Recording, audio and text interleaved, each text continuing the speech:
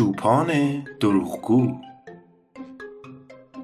یکی بود یکی نبود، یه پسر چوپان در روستا زندگی میکرد. حوصله‌ام سر رفته. یه کار بامزه‌ای نیست که انجام بدم. پسر چوپان یه فکری به ذهنش رسید. اون به سمت روستا دوید و فریاد زد: آو گرگ اومده. کجاست؟ گرگ کجاست؟ اهالی روستا با چوب و چماق از راه رسیدن.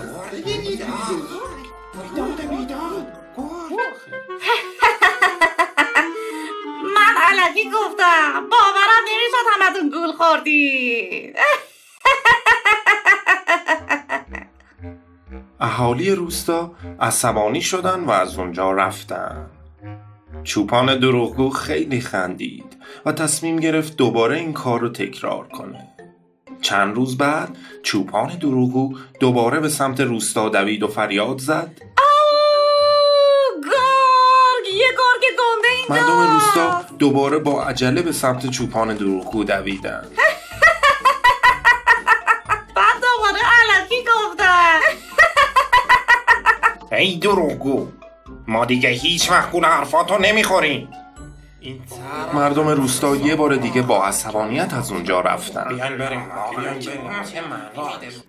بالاخره یک روز یک گرگ بزرگ و ترسناک واقعا اومد. کمک، خواهش میکنم یکی به دادم برسه.